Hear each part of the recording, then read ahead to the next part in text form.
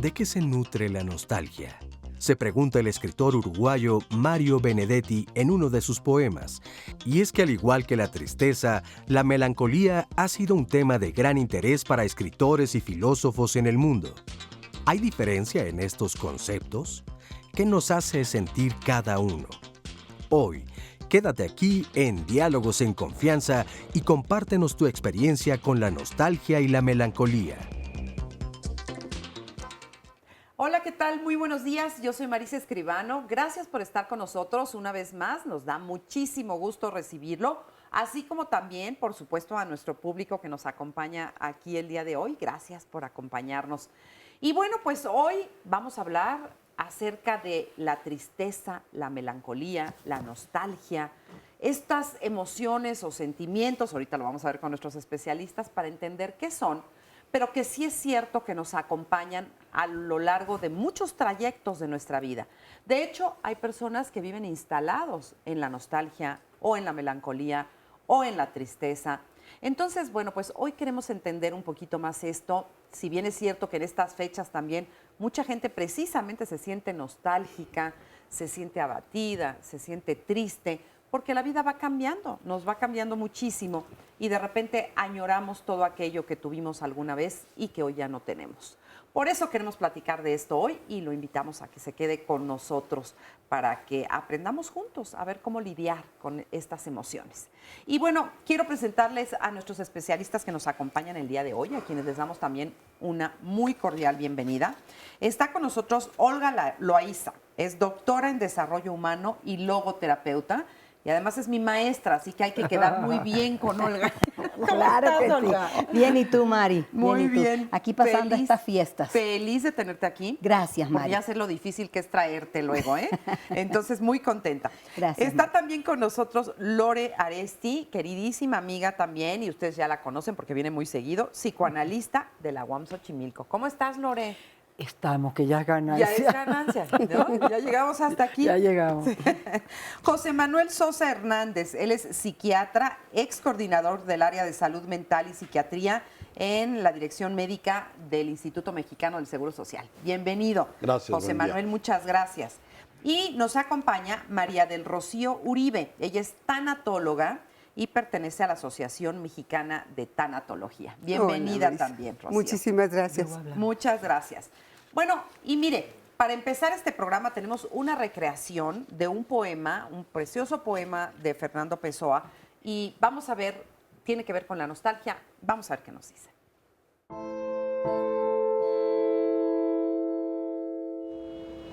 Desde la ventana más alta de mi casa, con un pañuelo blanco digo adiós a mis versos que viajan hacia la humanidad. Y no estoy alegre ni triste. Ese es el destino de los versos. Los escribí y debo enseñárselos a todos, porque no puedo hacer lo contrario. Como la flor no puede esconder el color, ni el río ocultar que corre, ni el árbol ocultar que da frutos. He aquí que ya van lejos, como si fuesen en la diligencia, y yo siento pena sin querer, igual que un dolor en el cuerpo. ¿Quién sabe quién los leerá? ¿Quién sabe a qué manos irán? Flor, me cogió el destino para los ojos. Árbol, me arrancaron los frutos para las bocas. Río, el destino de mi agua era no quedarse en mí. Me resigno y me siento casi alegre. Casi tan alegre como quien se cansa de estar triste. Idos de mí. Pasa el árbol y se queda disperso por la naturaleza. Se marchita la flor y su polvo dura siempre. Corre el río y entra en el mar, y su agua es siempre la que fue suya. Paso y me quedo, como el universo.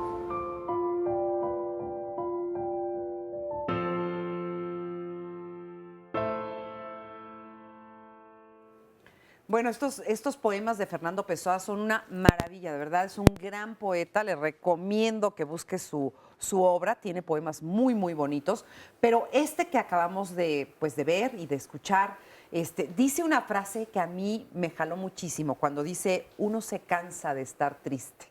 Qué bonito, ¿no? Y yo me preguntaría si entonces, de verdad, también uno se cansa de las emociones. ¿Tú crees que uno se canse de estar triste?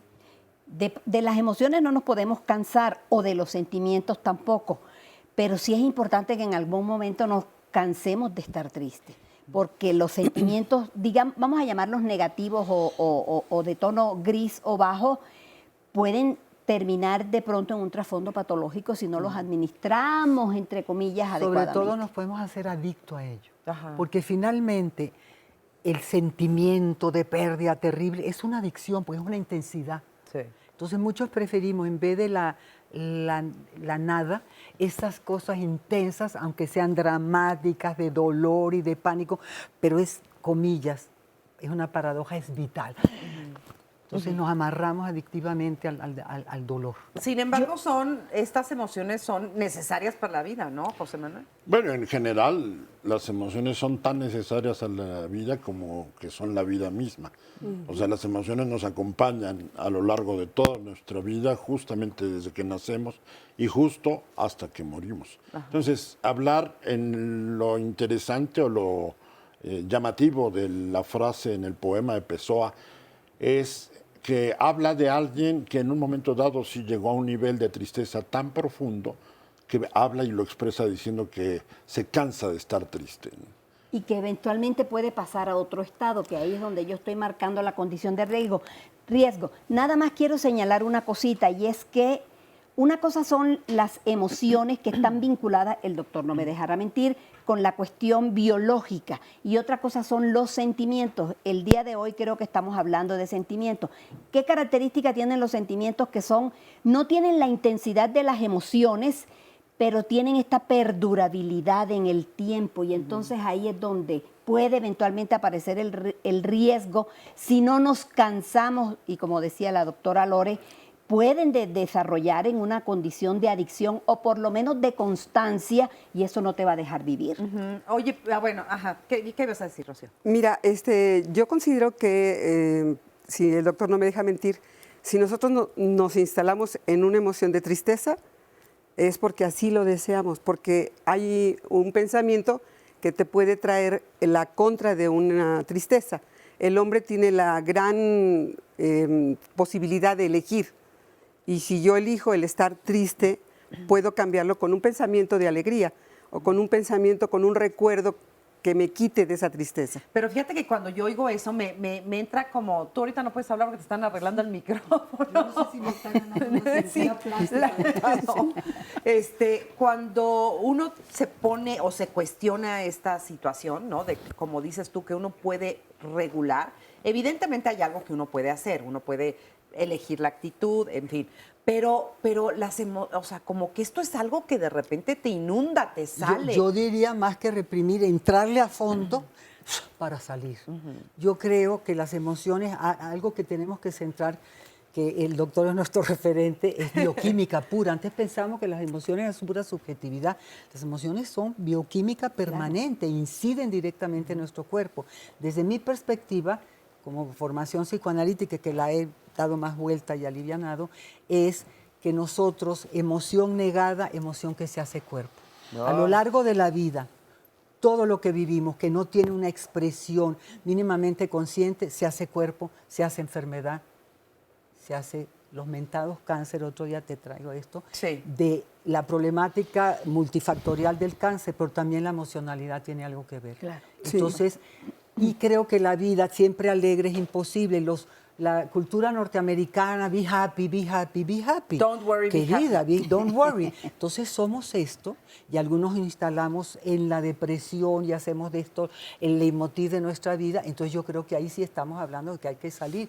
Pero creo que en la variabilidad está la intensidad de la vida. La Y además riqueza. esa variabilidad de la que hablas es cotidiana. O sea, en el lapso de un día puedes sentirte triste, feliz, ansioso, no sé, como con y mucha que gama. no podemos no sentir. Yo cuando hablo con mis alumnas en clase les digo, mire, el único que no siente y que no le pasa nada es el muerto.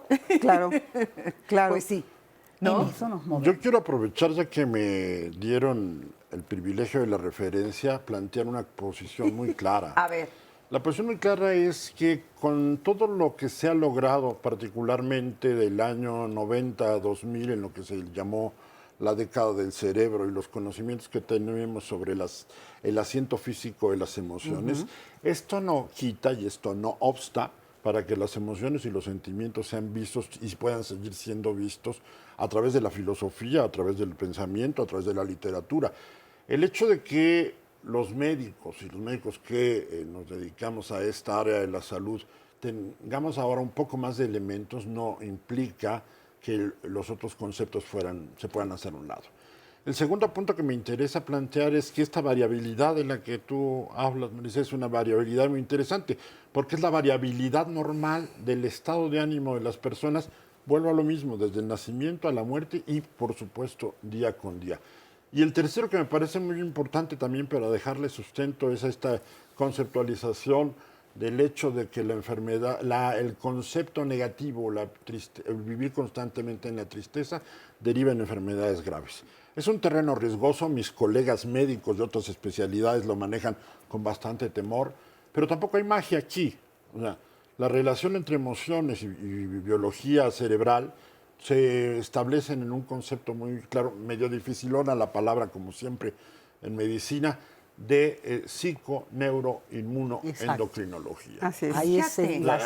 ahí está lo la último. esencia de todo para saber que finalmente yo tuve la fortuna de estar como consultor un año en el Hospital de Oncología del Centro Médico y hacer un trabajo interesante con la mayor parte de las personas, pero mis compañeros oncólogos, a los que aprecio mucho por su valor a enfrentarse a esa enfermedad, les cuesta trabajo plantear que las emociones son el precedente sustantivo en la vida de alguien para desarrollar Así es. una neoplasia o cáncer. Claro. Y se encuentra con mucha facilidad. Entonces, no hay divorcio. O sea, no hay divorcio entre la imagen o el concepto biológico y el concepto vital que significan las emociones. claro, además pues somos mente-cuerpo, ahí está todo. Entonces, ¿no? eso Todo se de relaciona. psiconeuroinmunología que se echó a andar hace como 20 y pico de años, porque en laboratorio se pudo trabajar, es un concepto básico, creo yo, doctor, Por supuesto. para entender esta problemática psicoemocional, sistema nervioso y autónomo, y cómo influye en el sistema inmune y en el sistema endocrino. Claro. Entonces, nuestras emociones se escriben en el cuerpo.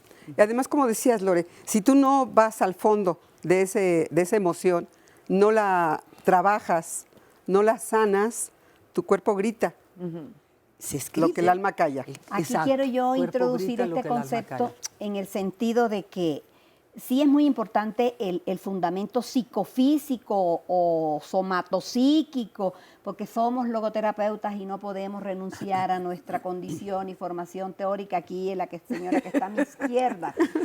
Sí es cierto lo que se está diciendo, pero es importante también pensar y dejar claro en el público que nos escucha que tenemos esta capacidad desde la dimensión existencial o espiritual, en algún momento con las herramientas propias de la persona, como la unicidad, la irrepetibilidad, la libertad de tomar postura frente a esto que nos precede, porque si no seguiremos en el determinismo de que venimos marcados y como la producción es baja y la hormona no se sube o no se baja, Las entonces endorfinas andan vamos a estar dormidas. eternamente tristes o tratando de aspirar a una eterna felicidad. No, el sufrimiento, el dolor y las circunstancias son una realidad en el ser humano. Sí, es una Son como cotidianidad. olas que todos. van y vienen.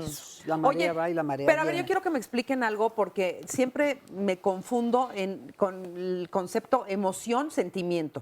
O sea, ¿qué fue primero? ¿Dónde está? ¿Qué? Bueno, yo soy psicóloga de formación. La emoción, todo lo que han dicho los doctores y los compañeros aquí presentes, tienen un fundamento biológico y está la psicoendocrino, inmunología, Etcétera. y todo eso. Bien Todo eso dicho. está en la dimensión biológica. Los sentimientos son una elaboración ya más grande. Pueden partir de una gran emoción. Yo puedo llevarme un gran susto y de ahí quedar con una aversión. Ese que me asustó, ahora con el tema de los payasos, ese que me asustó y quedar de por vida con una sensación o un sentimiento de rechazo. Los sentimientos perduran a lo largo del tiempo. Y una tercera clasificación muy de psicología general es la pasión. La pasión logra combinar la fuerza, la violencia de la emoción con la perdurabilidad en el tiempo de los sentimientos. Y yo diría que eso también tiene que ver con lo que es una premisa dentro del psicoanálisis, infancia es destino.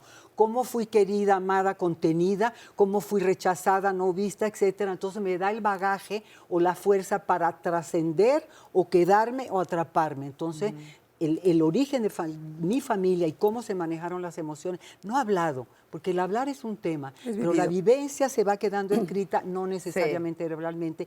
Ese humor en la casa de melancolía, de alegría, de manía, nos va siendo escrito y yo de grande lo voy a repetir, modificar desde mí, pero está escrito desde el ambiente familiar. Y nosotros en el ambiente tanatológico que vivimos con nuestros pacientes, el dolor de las pérdidas, nos damos cuenta cómo fue tratado ese ser humano desde que nació a la fecha, en que está tomando esa pérdida, está viviendo esa pérdida. La seguridad por la cual vivió dentro de esa familia que tú decías, en las diferentes emociones, sentimientos, es lo que le va a hacer a él afrontar una pérdida de manera diferente a otro ser humano. Ahí está la unicidad Y entonces de la que hablabas, nos quedamos ¿no? en la melancolía, que es eterno, y sigue, y sigue, y sigue, y se convierte en una estructura adictiva de la que entonces soy el gran melancólico. Claro. Y luego, y si quito eso, ¿qué soy? Y si quito la melancolía, ¿quién soy? Como si quito el odio, ¿quién soy? Viene la gran interrogante. Vamos a ir a una pausa y vamos a ir desglosando todo eso. Así que no se vaya, ahorita regresamos y vamos a ver de qué se trata la tristeza, la melancolía y la nostalgia. Regresamos. Desechad tristezas y melancolías. La vida es amable, tiene pocos días y tan solo ahora la hemos de gozar. Federico García Lorca, poeta y dramaturgo español. Pues del tiempo perdido y no haber aprovechado muchas cosas en mi vida para haberle realizado, pero nunca es tarde. El país, la tierra, mi gente, el mar, yo vivo cerca del mar, allí de la costa, amigos. Recordar mi adolescencia, pasar por lugares donde yo jugaba cuando era niña, pues alguna música, ¿no? de mis tiempos, por decirlo así, de antes. Eso es lo que me da nostalgia. Cuando pienso, por ejemplo, en mis personas que han fallecido o seres queridos que ya no están aquí. Yo tengo cierta formación que me permite como sobrellevar un poco tristezas y nostalgias, y es que estoy acostumbrado a no apego. Entonces no me aferro a nada, se pierde algo y está bien, lo acepto. Sí puede haber cierto dolor, ligera molestia, pero inmediatamente se procesa y se dice, bueno, eso no me tocaba tenerlo, no me tocaba disfrutarlo, se tenía que ir porque así es, y se lleva con bastante tranquilidad las pérdidas. Me da mucha nostalgia los cantantes, un Pedro Infante, un Jorge Negrete, la radio vieja, estar pegado ahí, a las luchas, esos recuerdos infantiles que tengo. Bueno, pues la verdad es que uno siempre va oscilando entre, bueno, no siempre, no se debe de exagerar, ¿verdad, Olga? Entre la tristeza, la melancolía, la nostalgia, la soledad, también más adelante vamos a hablar, la soledad genera mucho estos sentimientos. Entonces, ¿cuál sería, digamos, para empezar, la diferencia entre estas tres? Porque uno siempre las usa como sinónimos. Tristeza, nostalgia y melancolía. Bueno, yo me quedaría con la idea de que tristeza es una etapa más de todas las emociones en una persona que tienen que ver con justamente la afectividad. O sea, el estado normal, que nosotros le llamamos a eso eutimia, ¿sí? El estado normal del afecto en un momento dado puede ir desde la tristeza hasta la euforia, con un continuum que se da a lo largo del día, como desde hace un rato, a lo largo de la vida, y esas son variantes fisiológicas, biológicas y emocionales también estándar, normal. Cuando hablamos de melancolía, al menos desde el punto de vista de la psicopatología, sí estamos hablando de una tristeza profunda que está cercana Arraigada. prácticamente ya a la depresión como diagnóstico y que es el sustento base de la depresión, hablando de psicopatología estrictamente hablando. Porque si no hablamos de psicología, pero hablamos de poesía, por ejemplo, la melancolía es así como algo muy romántico, así se entiende por lo menos. Da mucho que escribir. Da mucho que escribir. Tan ha sido así que en muchas épocas, y principalmente la época del romanticismo, exigía que músicos, escritores e incluso pintores, pero básicamente músicos y escritores tuvieran que ser melancólicos para dar una gran producción. Ahora, aquí sí hay fundamento, porque en términos generales, cuando uno cae en melancolía, hablando ya como un concepto de tristeza extrema, ¿sí? La posibilidad no se da siempre, ahí difiero un poco, no hay muchas posibilidades de que hay ocasiones en que las personas no tienen posibilidades de ver su propia tristeza y atenderla, pero cuando la tristeza se dan generalmente momentos de introspección que en algunas personas en particular sí los llevan a ser mucho más expresivos a través de la creación. No, es mucho más fecunda la tristeza que la alegría. Pero o sea, tenemos que plantear algo. Tristes. Somos seres de pérdida. Desde que nacemos perdimos el vientre de la madre, el dientecito. Yo me acuerdo la hija de una alumna mía que en el baño, cuando ya hizo sustancialmente, le dijo adiós a sus productos. O sea, nosotros somos pérdida del nacer al morir, es pérdida de la juventud, pérdida de esto, pérdida de lo otro. Entonces, estamos cruzados por la pérdida. ¿Cómo respondemos? Tendrá que ver con cosas biológicas, con cosas genéticas y con cosas familiares. O sea que tenemos razones para ser tristes. Es que la emoción está. Yo me quiero devolver un poquito al tema de la melancolía. Está muy estudiado y ya casi no se usa. Quien habló de melancolía, duelo y melancolía, así se llama el texto de Freud. Y estaba directamente vinculado a la pérdida. En ese sentido, Lore tiene razón. Lo que pasa es que ya el tema de melancolía casi no se usa ahora. La nostalgia. En el recuadro que acaba de pasar, la nostalgia está vinculada con cosas al pasado. La nostalgia tiene una sensación de añoranza que no la tiene la tristeza, porque pudiésemos decir que la tristeza es más presente, más actual, mientras que la nostalgia es hacia atrás. Yo a veces me siento nostálgica de mi Colombia, de mi pueblo Sincelejo, de mi madre. La melancolía es lo que fue, lo que fui, lo que es pasado. La melancolía es la nostalgia del pasado. Y me parece, no sé, creo que la tristeza es lo que estoy pudiendo sentir. Ahorita. Vemos personalidades melancólicas que nos agarramos a ver de qué para vivir en la melancolía. Ahora, personaje melancólico famoso en México, melancólico, Juan Gabriel. ¿Sí? No tengo dinero ni nada que dar. Bueno, fíjate que yo aquí aterrizo en la problemática que nos enfrentamos como tanatólogos. Nos preocupa muchísimo que no salga de la tristeza, que no salga de la nostalgia y que llegue a la melancolía. Porque al llegar a la melancolía es que no quiero enfrentar mis tristezas ni mis nostalgias y no quiero aterrizar. ¿Y qué puede suceder? Que haya una desesperanza, y eso es lo que menos quiere un tanatólogo para un paciente. Claro. Oigan, los invito a ver la siguiente entrevista que le hicimos, testimonio a Greta, que justamente nos habla de la nostalgia. Ella se siente nostálgica, veamos por qué. La nostalgia es una cosa que yo, no conocía como tal hasta que me vine a vivir aquí. Algo muy, muy sencillo, aquí en Francia los domingos nadie trabaja. Y por ejemplo, me acuerdo que los domingos cuando salía con mis amigos, comía con mi mamá en la casa, súper rico, ¿no? Además. Y la tarde en México, en mis recuerdos no hace frío, no hace calor, pero es una temperatura súper agradable para tomar un café con los amigos, discutir, reírse, la gente se ríe. Y eso, o sea, lo pienso y digo, qué padre, es increíble México, ¿no? Por eso, aquí no hay eso.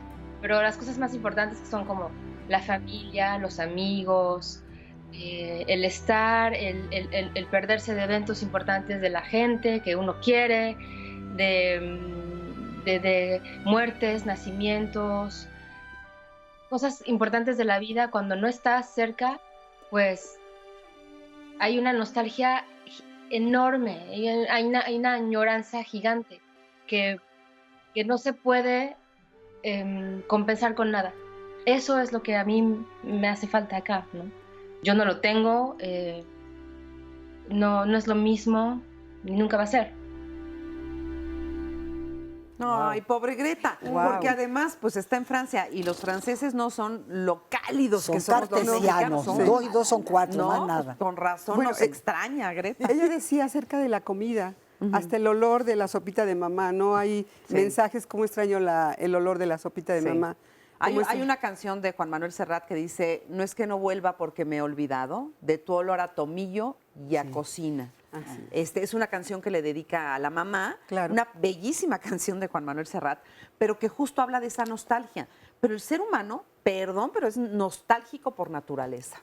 Va perdiendo por definición. Y va extrañando. Vamos perdiendo, vamos extrañando, ¿no? A ver. Pero volvemos a lo mismo. La nostalgia es la descripción de un grupo de sentimientos por el pasado perdido o no perdido, tal vez nada más abandonado. Cuando esta chica regresa a México, la nostalgia debería de resolverse. Claro. Pero no implica melancolía necesariamente, sí implica sentimientos de tristeza, pero sentimientos de tristeza que en el mayor de los casos y en el mejor de los casos son transitorios. O sea, ahí sí, nostalgia está relacionada con recuerdos, con emociones, y muchas veces la nostalgia no tiene que ser por qué ser triste.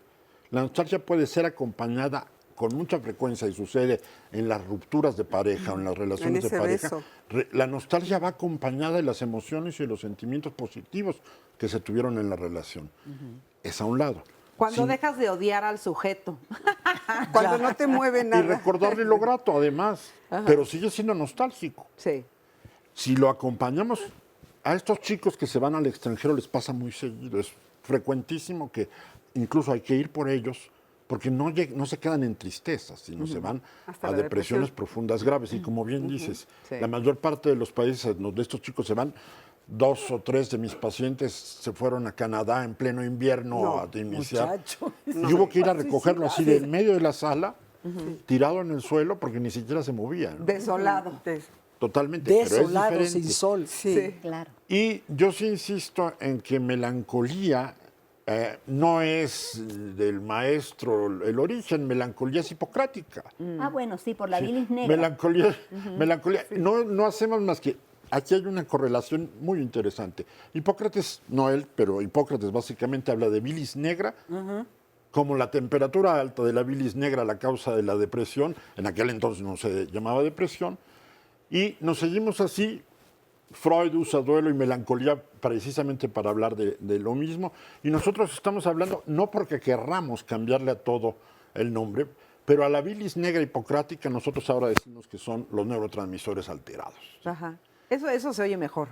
Y la otra parte terrible vivir. Y la otra parte importante que se mencionó hace un momento es que el duelo, como ejemplo clásico de episodios en los que la tristeza es parte de, el duelo tiene una porción importante de su desarrollo en la que la tristeza es absolutamente necesaria.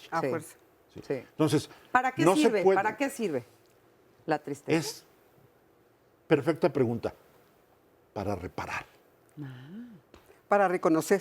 Para entrar hacia adentro. Para poder recordar. hacerte responsable, porque en el momento en que contactas entrevista 2 con tus sentimientos y emociones y te das cuenta de ellos, los validas y los reconoces, porque emoción no reconocida es enfermedad sentida. Escrita por tomarte en el a ti, Lore, en ese momento te puedes hacer responsable y puedes decidir empezar a abrir la perspectiva de sentido. Sin embargo, yo creo que todos estamos cruzados desde los miles de años por la nostalgia del paraíso perdido, que algunos dicen que es el vientre materno y otros dicen que alguna vez en la Edad de Oro vivimos de otra manera, que no sería este constante violentación, rechazo, callarnos, represión. Entonces, a mí me gusta mucho el concepto del paraíso perdido y creo que cuando nos enamoramos, creemos que hasta que la vida nos dice, Ningún paraíso, ningún paraíso. El topos uranos platónico, donde las almas que son inmortales reinan, y yo creo que allá no tenemos emociones, sino pura sabiduría. O sea, como cuando alguien se va y dice, es que ya dejó de sufrir, ¿no? O sea, como si toda la vida fuera sufrimiento. Miren, dice Graciela Romo, para mí la tristeza es un sentimiento más colado a la depresión, pero no profunda, y la melancolía más parecida a la tristeza, que aquí lo tiene mal, yo creo, pero más leve, y la nostalgia es un vacío por la falta de alguien, sobre todo, o de algo. Guillermina González dice, para mí tanto la tristeza como la melancolía y la nostalgia se sienten igual de feo. Para mí la tristeza es la peor, pero como las tres están ligadas, no puedes sentir una sin la otra. Eso dice Guillermina. Y Pedro Lozano dice, para mí la única diferencia que existe es la forma en que se escribe, es decir, las letras, porque las tres son igual de horribles y desesperantes. Y básicas en la condición humana. Es lo que yo digo, pero uno le tiene pavor a lo que es tristeza, sufrimiento, nostalgia, todo esto no nos gusta sentir. ¿Por qué no nos gusta sentir? O sea, como que me gustaría entender un poco qué se siente cuando te sientes así. Lo que sí es cierto, por lo menos en mi caso, es que te sientes más bajito, ¿no? Es de repente una sensación como de ¡fum! Como que te desinfla, como que te desconecta. Como que te quitan la pila. Te quita la pila. Exacto. ¿Es así? O sea, así es la tristeza, ¿no? Así es. Ok, y este sentimiento que ustedes dicen que es reparador, que sirve para salir adelante, que sirve para meterte profundamente en ti, para poder resurgir. A ver. En el caso del duelo. No. Específicamente en el duelo. Porque la tristeza o en la pérdida, crónica. ¿no? Aquí hay dos conceptos importantes. La tristeza transitoria, como bien lo dice, es absolutamente normal. Y no podemos negarnos a tener momentos tristes y recuperarnos con momentos compensadores, alegres. Eso es el estatus normal de nuestras emociones. Pero hay, como bien dice Lore, en un momento dado, hay quienes son tristes toda su vida. Esa es su identidad. Y aquí necesito tomar también, Lore ya le había retomado la frase de Santiago Ramírez, que es el paradigma para los que nos dedicamos a la psicoterapia, al psicoanálisis. Infancia es destino. Pero desde el punto de vista biológico, infancia es destino tiene su razón de ser. Hay todo un concepto que se llama desesperanza aprendida. ¿Sí? Y el concepto de desesperanza aprendida plantea que si se ha vivido una infancia, infancia es destino, si se ha vivido una infancia llena de abuso, llena de malas emociones, llena de carencias, llena de tristezas y llena de desamor, es correcto.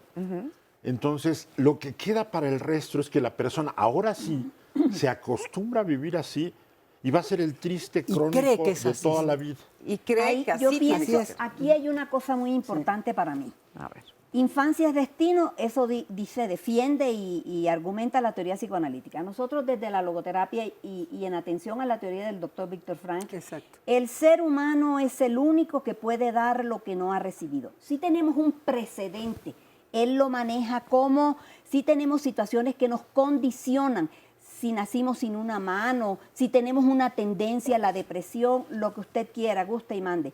Pero hay un ámbito, te compro el 20%, te compro el 10% de conciencia desde donde yo como ser humano y como persona puedo decidir qué postura voy a tener. No estoy determinado a quedar enteramente victimizado, desesperanzado. Sí, eternamente victimizado, pero yo sí tengo una cuestión, puede ser por formación profesional, pero si yo le tengo mucho así a costa esta gringo de be happy y voy a ser feliz y voy a hacer esto, yo diría voy a ser vital en mi tristeza, en mi alegría, en lo que hago, ser vital. Y creo que eso es lo que está en juego en muchos lugares, en muchas familias, en muchas culturas inclusive. El contexto no es la vitalidad, el contexto es como no pasa nada o vivir atrapados en la melancolía.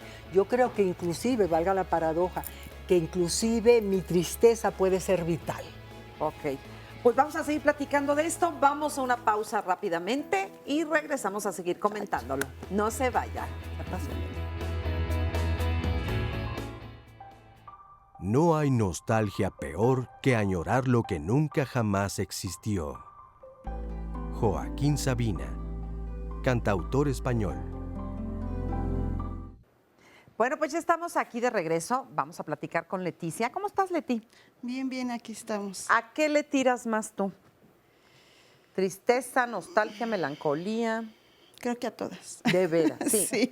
Te digo de Todas, veras, de como si todas. yo también. Sí, sí, no lo niego, todas. Ajá. ¿Y cómo ha sido tu vivencia? O sea, ¿cómo lidias con todo ello? Pues ahora sí que a veces estoy triste, melancólica, tengo todo, pero siempre quiero salir adelante, siempre estoy en el ahora, trato de, o sea, de ser lo más feliz que pueda, Ajá. de dejar todo, si estoy triste, aceptarlo en mí, integrarlo, aceptar ese dolor que en ese momento estoy triste. Ajá. Y después cambiar eso, como ahorita lo comentaron, eso me agradó mucho y lo hago. Si ya percibo que estoy triste, cambiar esa emoción, a ser feliz, a cantar, a bailar, a hacer algo positivo en mí, dejar esa ¿Y tristeza. funciona eso? O Sí. sea, en el momento en el que te estás sintiendo triste, decir, a ver, voy a hacer esto y me voy a poner más contenta. Sí, sí me ha costado trabajo, mucho trabajo, pero lo he logrado. ¿Tú tuviste Sí. una separación reciente? Sí, sí, sí. Ajá. Bueno, no muy reciente, pero sí. Ajá. ¿Y Sí. cómo vives esa soledad?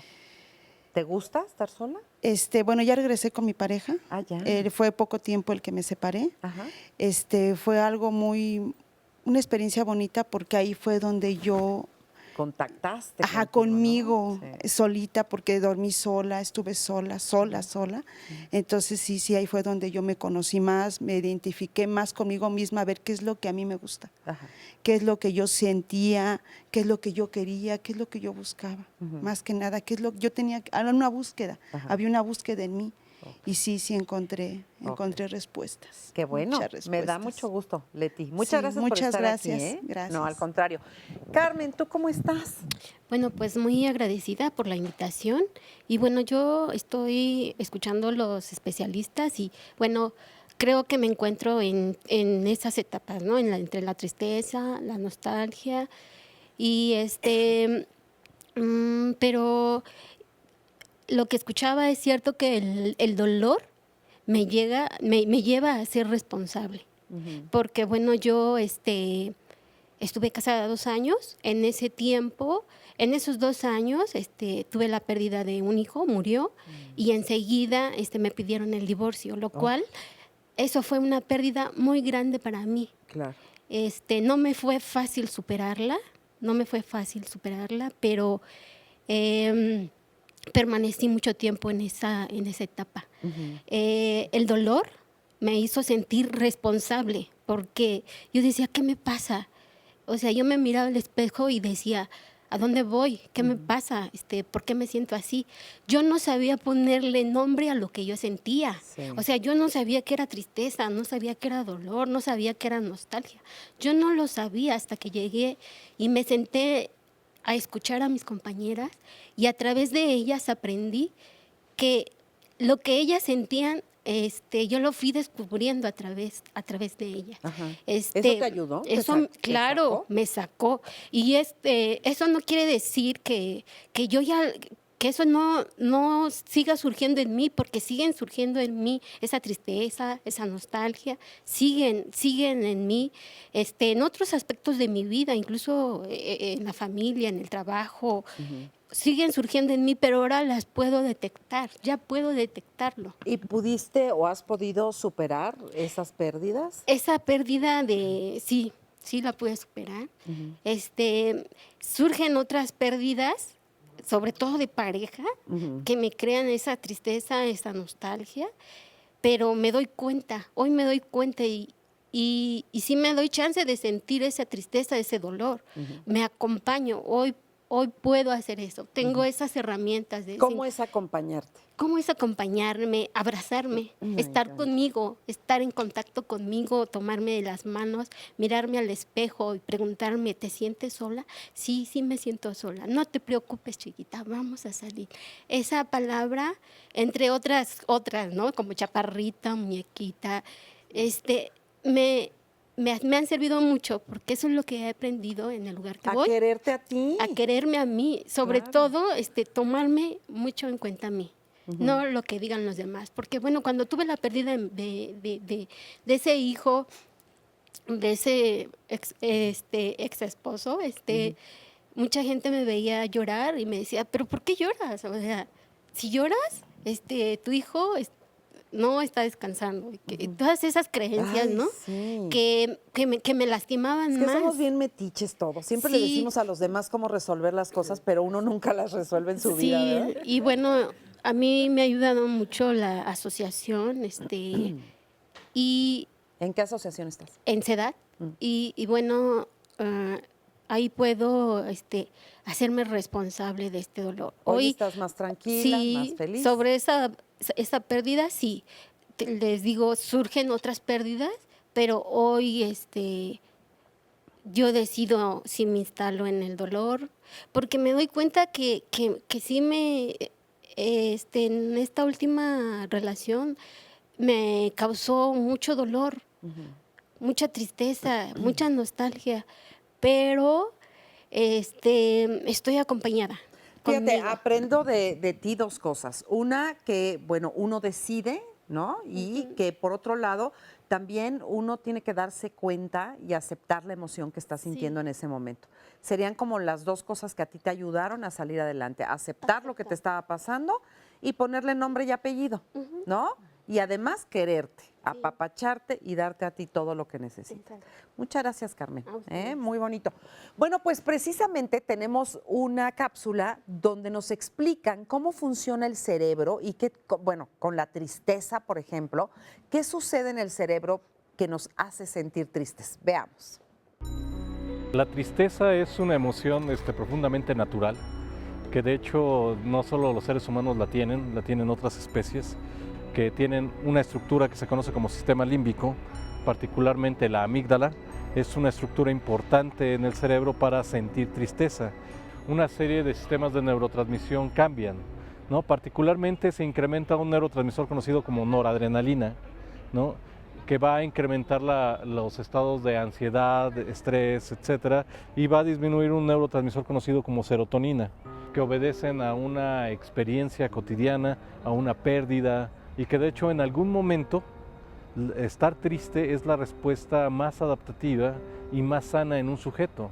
Tenemos otros estados como depresión, melancolía, que son estados que solo son posibles con un cerebro evolucionado como el nuestro, que no solo tiene esta estructura del sistema límbico que es la amígdala, sino tiene otras estructuras del cerebro como la corteza prefrontal particularmente, que hace un esfuerzo intelectual, ¿no? Un esfuerzo racional.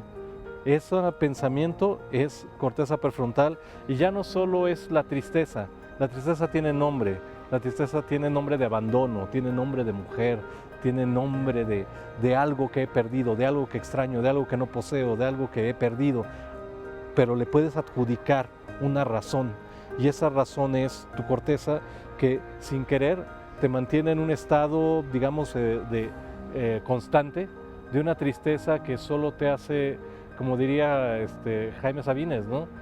Seguir llorando la hermosa vida. También divino ese poema de Sabines, ¿no? Y se van llorando, llorando la hermosa vida. Oye, me llama la atención dos cosas. Él dice que la tristeza es la emoción más sana, por ejemplo, ¿no? Por un lado, que es la que más te ayuda, te sirve, te mueve. Pero por otro lado también dice, la tristeza tiene nombre de mujer. A ver, ¿qué quiso decir con eso? Que muchas de las emociones y sentimientos tienen este rasgo femenino. Yo no sé si es que tiene rasgo femenino o que la cultura patriarcal ha dicho, ustedes están para llorar, sentir y ponerse histérica, ustedes son hombres y tienen que ser fuertes, formales. llorar. Y entonces esa coraza caracteriológica, que inclusive es muscular, yo me pregunto qué tanto, no lo digo 100%, qué tanto ese tragarse, hay que ser hombre, hay que ser esto, los lleva a la cantidad de infartos y a la cantidad de formación reactiva, de bronquearse de esto, cuando detrás, yo me acuerdo de una gente muy cercana a mí que me dijo un día, broncudo y peleón, y me dijo, miedo es lo que he tenido toda mi vida, miedo. Y lo he convertido en esto. Claro. Entonces yo creo que los hombres tienen que ser muy machos, muy acá, y las mujeres estamos desbordadas. Habría que nos metan en la licuadora, y que a ¿no? nosotros nos metan un poquitito más de... Yo pienso que ahí también hay, bien lo mencionabas, algo de la cultura patriarcal y cómo hemos permitido que nos encasillen a que las mujeres seamos de determinada manera y los hombres de otra. Las mujeres buscar un poquito más de objetividad y razonabilidad, digámoslo así, y los señores moverse un poquito más hacia la parte de la afectividad. Permitirse. Finalmente, el doctor Frankl decía, el monantropismo, somos una sola humanidad, somos una sola humanidad, y tenemos que aprender a compartirnos e integrarnos. Juntos pero no revueltos, muy integrados, en donde yo como mujer pueda tomar lo que me sirve del hombre y lo que del hombre me permite ser mujer y yo aportarle al hombre aún incluso a la parte de la afectividad, porque finalmente la nostalgia, la melancolía, la tristeza, que es lo que estamos hablando el día de hoy, forma parte de la vida afectiva. Se llaman afectos porque nos afectan. Constantemente estamos afectados positiva o negativamente por las situaciones externas o internas. Por eso se llama también temperamento, temperatura y tiempo. Ustedes saben que el tiempo no tiene palabra. Y no existe. No existe, dice.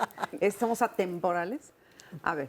Yo quiero aprovechar tanto la entrevista con el público y la cápsula para plantear una idea muy clara. Sí. El caso particular de la segunda chica, de Carmen, nos trajo a la mesa un fenómeno que se da en todas las personas y que finalmente no coincide con la idea de que tenemos que vivir en la tristeza toda la vida. Lo que Carmen representó claramente con su narración fue lo que llamamos resiliencia. Exacto. ¿Sí? Y el concepto de resiliencia es justamente el concepto que todos los seres humanos tienen en mayor o menor grado, algunos no lo logran, en mayor o menor grado, de ser capaces de recuperarse de una serie de pérdidas traumáticas. Por eso no me coincide mucho la idea, aunque coincido con la idea del paraíso perdido, pero no me coincide en la cotidianeidad, la habilidad que también está dada por el sistema nervioso, aunque no es esa mi intención, ya lo hicieron suficiente ahí, de esa capacidad de levantarse a pesar de las pérdidas. O sea, ¿eso lo trae uno ahí ya puesto? Así es. Y por ejemplo, retomando a Frank, justamente Víctor Frank fue uno de los mejores demostradores de capacidad de resiliencia, porque logró desarrollo de todo lo que es su teoría observacional y terapéutica en un campo de concentración. Sí, sí, claro.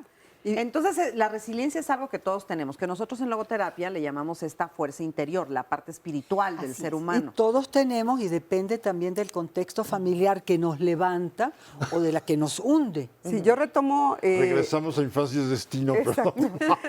Yo retomo lo que dijo Olguita, que la enseñanza que tenemos en familia, y hay que desvalorizar el que el hombre no llora. Sí. Desde chicos, las consejas abuelas están el que el hombre no llora. Nosotros como mamás tenemos la responsabilidad de educar a nuestros hijos y de hacerles conscientes que es sano exteriorizar nuestros sentimientos. Y también retomo a Olga con Víctor Frank, encontrarle un sentido a nuestra vida. La base de su idea y de su filosofía es eso, encontrarle un sentido a la vida. Y si el hombre, está una cita que recuerdo, el hombre tiene un porqué para vivir, encuentra el cómo. Encuentra el cómo. Porque el sentido no puede ser el coche que voy a comprar, el viaje, el dinero, el poder. El sentido finalmente, y a partir de nuestro propio sufrimiento, nos lleva a la compasión. pasión por el otro, porque lo que yo sufro. Yo me acuerdo cuando murió mi hijo, yo estaba deshecha y yo dije, en este momento en Irak hay miles de madres con los hijos muertos. Y entonces eso no era mal de muchos consuelo de tonto, era decir, Lore, no es tu dolor, es el dolor. En lo separado, todos, en este momento yo estoy separada, lo que sea, es el dolor de las mujeres y los hombres que estamos. Entonces, cuando yo digo, no es mi dolor y me pasa a mí y yo... Y a mí me lo hicieron. Y a mí, ¿Por qué a mí? Y yo digo, esta es la condición humana, no me lo quita, pero me ayuda a decir, pues sí, maestra, hay que salir. Y otra cosita que quisiera aclarar, yo no creo en esto de la alegría. Yo creo que la alegría puede ser forzada y se convierte en una cosa maníaca. Yo creo en algo que en la tradición hindú que yo sigo con mi maestro Sai Baba es el contentamiento. ¡Ay, qué bonita contentamiento palabra! Con que estoy viva, tengo esta oportunidad de subir, de bajar. Contentamiento con que tuve la oportunidad. Porque esto de la alegría, chula, agota. Oye, claro. Además, ahí la anda persiguiendo a uno como la zanahoria, sí. ¿No? ¿En dónde la encuentro? ¿Dónde Entonces, la venden? Aún en el dolor, yo puedo estar en el contentamiento de, sí, murió mi hijo, murió en mis brazos. O murió en una guerra, murió. Siempre podemos encontrar el contentamiento en el sentido, esto es lo que me toca. Y después de la muerte de mi hijo, yo me acuerdo que a mi corazón me decía, a mí tu dolor no me sirve. A mí tu horror no me sirve, dame tu alegría. Yo me acuerdo que desde entonces yo cuando estoy muy contenta le digo, para ti. Entonces es hundirnos como porque así tiene que ser o ofrecerle al otro, vivo o ausente, mi contentamiento con la vida. Sí. Tuve esta oportunidad. Dicen por ahí que somos seres espirituales en condición humana. Tuve esta oportunidad y la agradezco, aunque luego me quiera morir. Claro, claro, porque así somos, ¿no? Vamos fluctuando.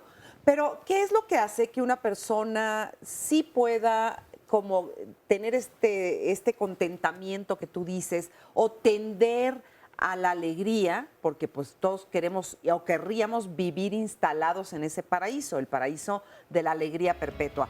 Pero, ¿qué hace y dónde está la diferencia entre alguien que sí lo logra y alguien que no puede salir de eso y que está todo el tiempo arraigado en la tristeza más absoluta o en la melancolía o en la depresión ya de plano, ¿no?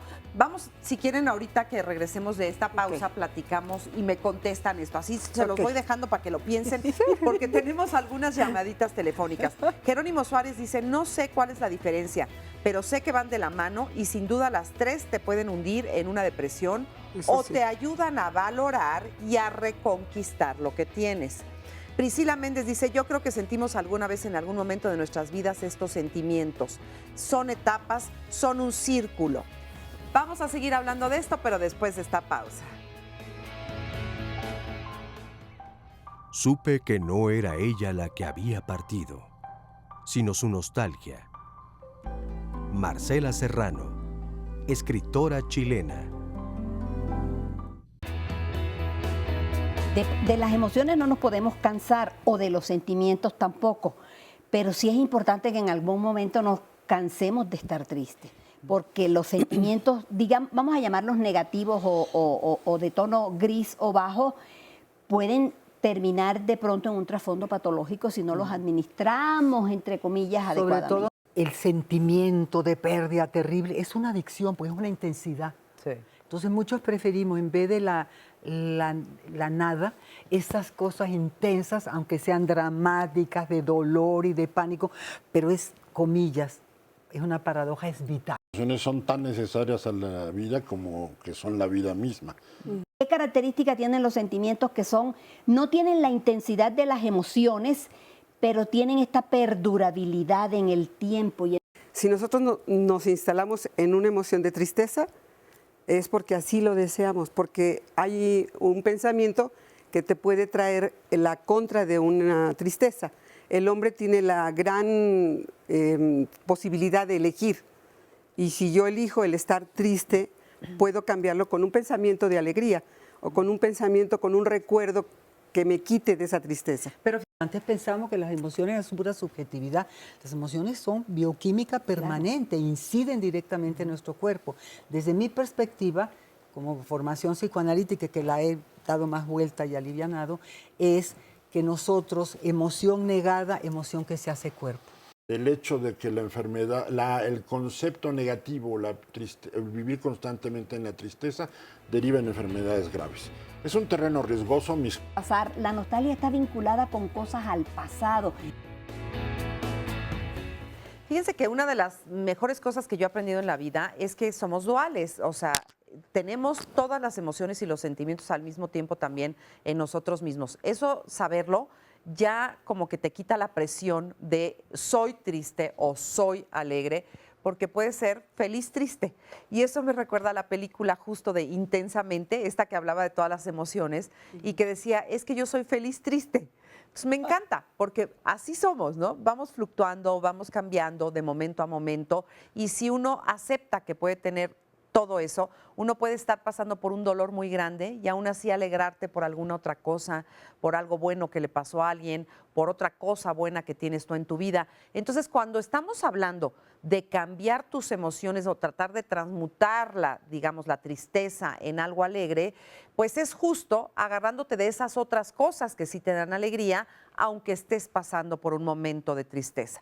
¿Cuántas veces, por ejemplo, en alguna pérdida, cuando estás en algún duelo, en algún velorio incluso, hay una enorme tristeza y sin embargo hay gente que se puede reír en ese momento de alguna otra cosa? Y no por ello quiere decir que no estén penando, que no estén sufriendo, sino que somos estos seres capaces de sentir al mismo tiempo dolor, tristeza, pero también alegría, pero también contentamiento, como esta palabra que me gustó que usó Lore. Entonces somos eso, somos así, y aceptarnos así nos quita gran carga del sentir que somos solamente una cosa. ¿Cómo estás, Rebeca? Muy bien, señorita Marixa, muy bien, adiós, gracias. Tú acabas de pasar por algo dolorosísimo. Mucho. ¿No? Todavía veo que todavía te duele mucho, Rebeca. ¿Hace, qué fue, 5 meses? 5 meses. Hace 5 meses murió tu marido. ¿Después de cuántos años de estar juntos?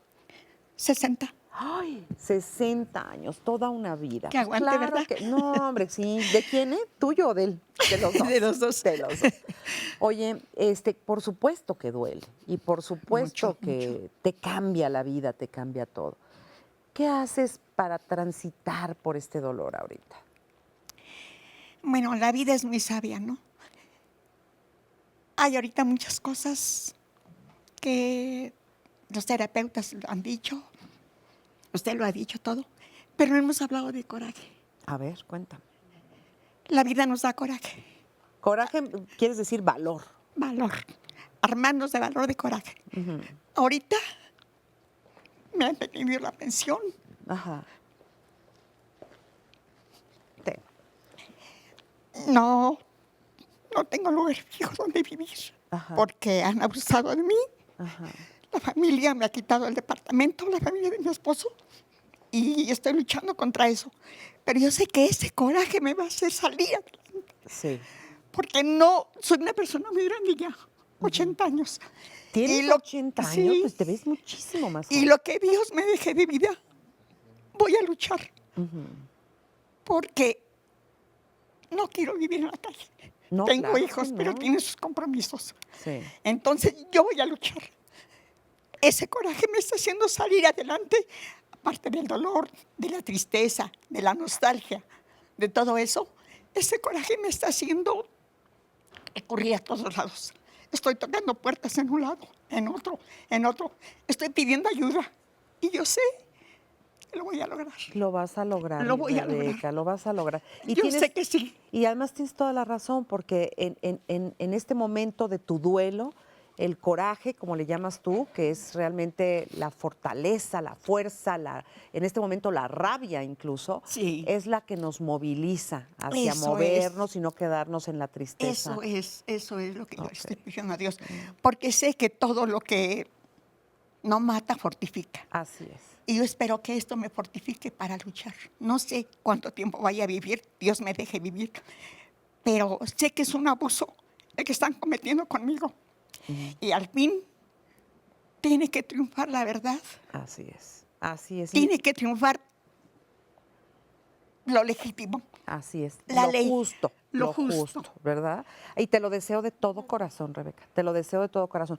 Quiero ver qué te dicen aquí nuestros especialistas. ¿Qué le dirían a Rebeca desde el punto de vista, no de lo legal, porque pues eso ella lo tiene que resolver, pero desde el punto de vista emocional?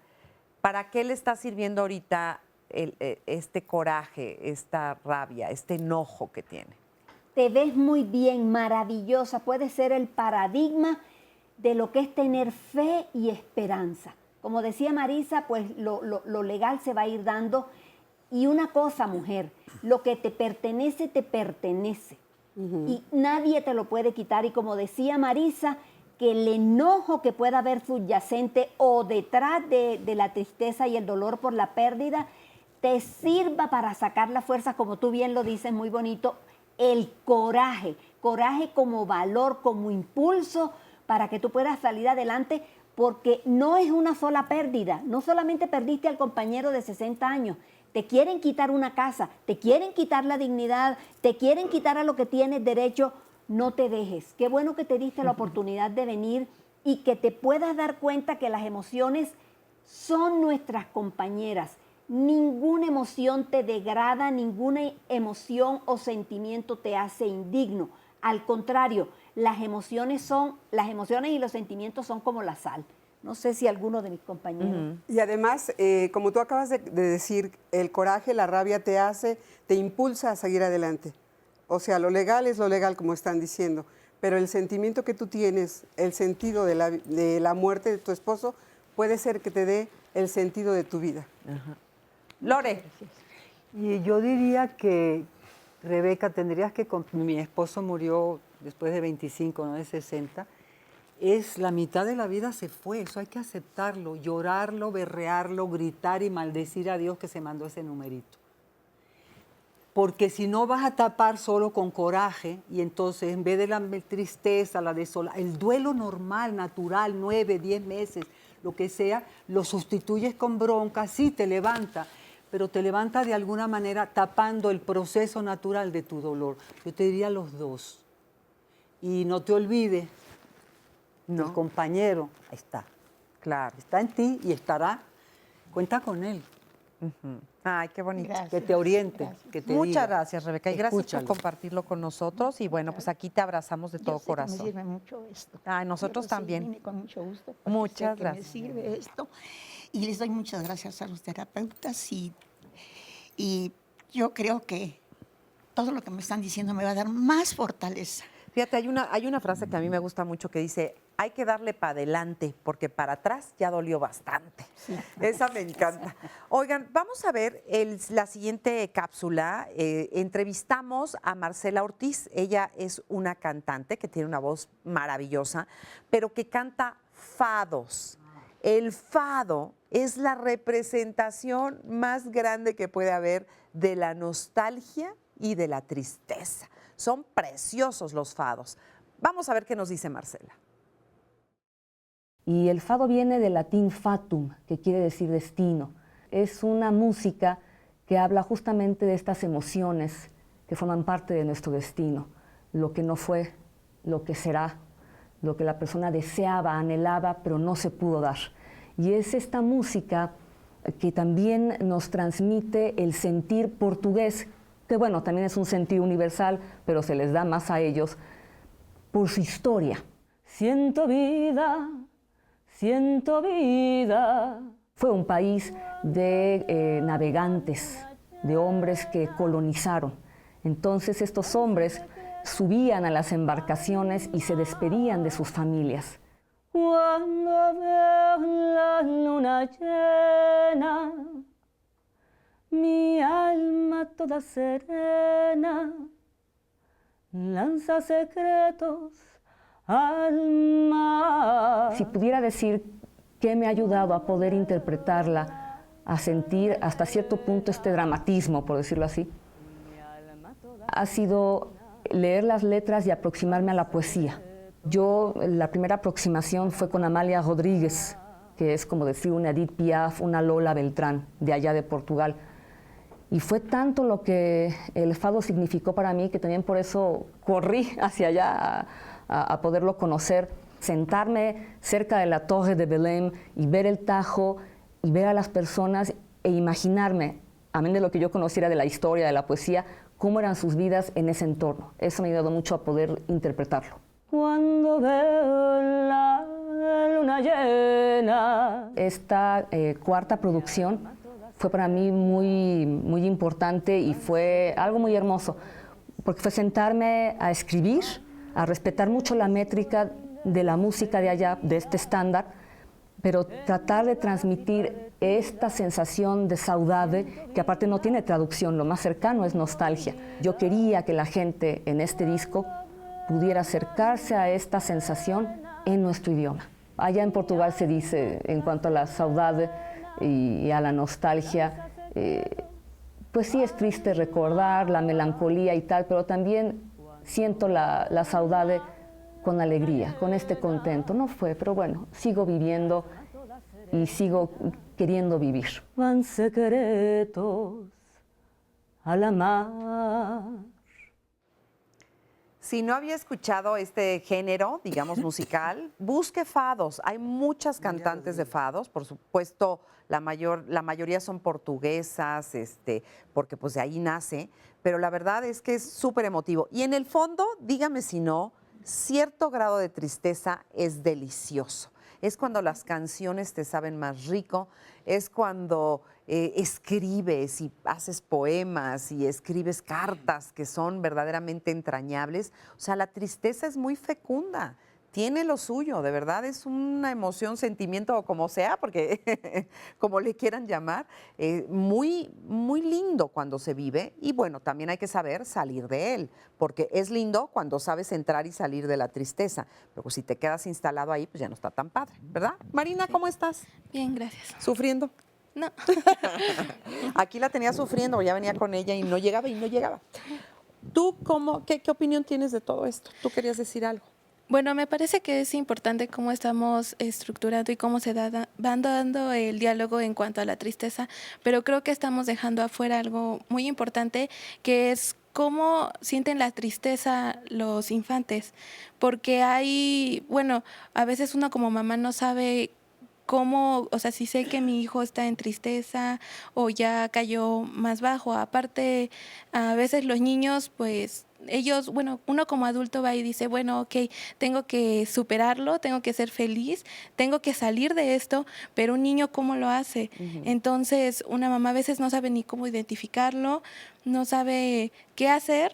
Y bueno, a veces los niños no tienen de otra, si un papá no los escucha, más que acudir a un amigo, que no siempre es la mejor solución, o a veces no que es está lo que... igual de ignorante con respecto a todo eso que él, porque pues es chiquito, ¿no? Pues sí, y regularmente, se ha visto que los niños llegan a querer, a suicidarse, querer, a desarrollarse de una manera que realmente no es la correcta.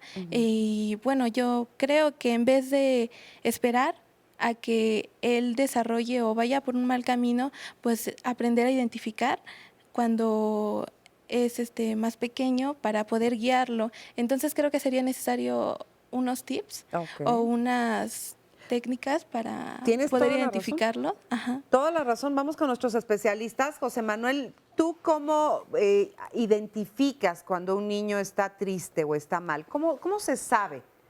Bien, esto me da oportunidad de plantear, aunque no era la idea básica de tratar de medicalizar el diálogo, pero sí me da la idea con las dos entrevistas que planteaste de que la evolución de la tristeza, si quieren dejarlo en grado, de la tristeza y de la melancolía que no se resuelven, terminan en depresión, que ya es un trastorno psicopatológico. Sí.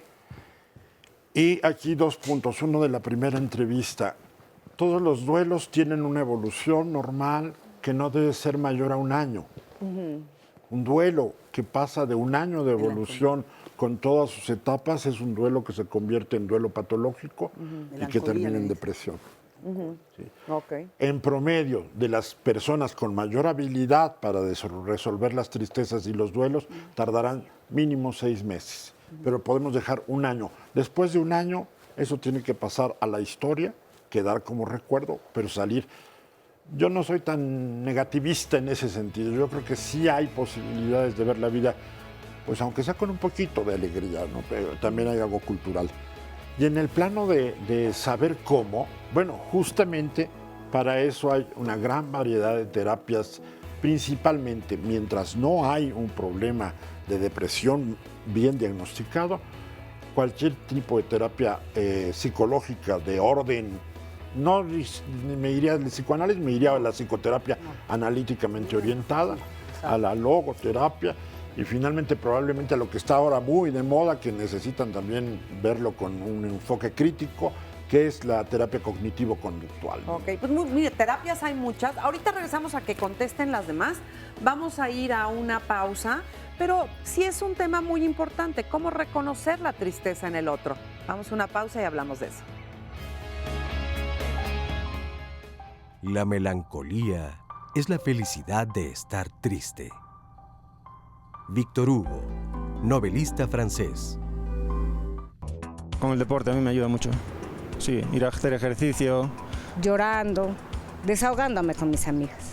Expresarlo con la familia.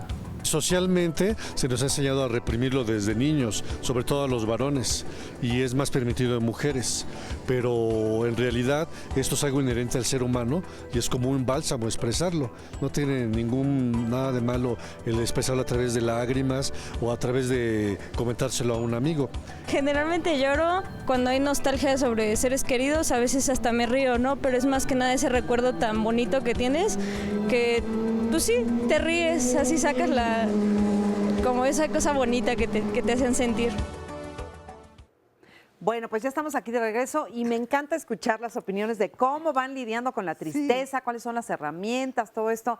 Muchas gracias de verdad y gracias por contestarnos, porque cuando se acerca un micrófono de Canal 11, la gente se acerca y sí quiere participar. Así que se los agradecemos de corazón. Pero bueno, estábamos aquí entonces platicando cómo detectar, cómo contestarle a Marina esta duda de cómo entender la tristeza de otro. Ella preguntaba del niño. Todos queremos. Aquí todo. Yo de primero, Marina. Una cosa importante, y aquí voy a introducir un poco de ruido. Temperamento, carácter y personalidad. Todos nacemos con un temperamento y tiene características heredadas. Va a haber personas con tendencias a la tristeza o a la melancolía o a la actividad. Es muy importante que los padres empiecen a checar desde que los niños están chiquitos hacia dónde va su tendencia para que los padres puedan acompañar y morigerar, moderar estados extremos. El carácter va a ser la manera como yo voy a poder lidiar con eso que la biología eventualmente me marcó o me dio, exactamente. En la personalidad ya va a ser como yo voy a mostrar. Entonces, es muy importante que los padres de familia tengan claro que todos los estados emocionales son sanos y normales. Y que el padre aprenda a respetar si el niño está triste, si el niño está distante o si el niño está alegre y ahí entrar a moderar. Por ejemplo, si vemos que el niño tiene demasiada satisfacción cuando le pega al hermano más chiquito, ahí hay algo que de pronto no está bien. O que si se está encerrando demasiado y no quiere conectar con los demás, eso lo tendríamos que mirar. Ya más adelante van a venir el tema de los tips, pero sí es importante tener claro que nacemos con una marca diferente y que las personas que tienen varios hijos saben que cada hijo es diferente. Y que la manifestación o la respuesta emocional ante las circunstancias o condiciones internas van a ser diferentes y que, digamos, hasta cierto punto pueden ser sanas. No, pues y ya hay que empezar con las recomendaciones también. Yo diría que aproveches para decirle al niño que la tristeza existe, el nivel, no vamos a hacer un choro, que así es, que lo acompañes, que va a salir de ello, para que no se sienta extraño y sepa que su papá, su mamá y los que le rodean, en tanto humanos, pasamos por esos procesos. Porque si yo le digo que tiene que salir, ¿pero por qué? O que tiene que estar, es como acompañarlo y enseñarlo a detectar sus emociones desde chiquito, que eso se ha negado, y en los hombres más. Yo creo que parte de el analfabetismo grave en este momento es el emocional. Y cuando son chiquitos pueden ir aprendiendo, sí, así es.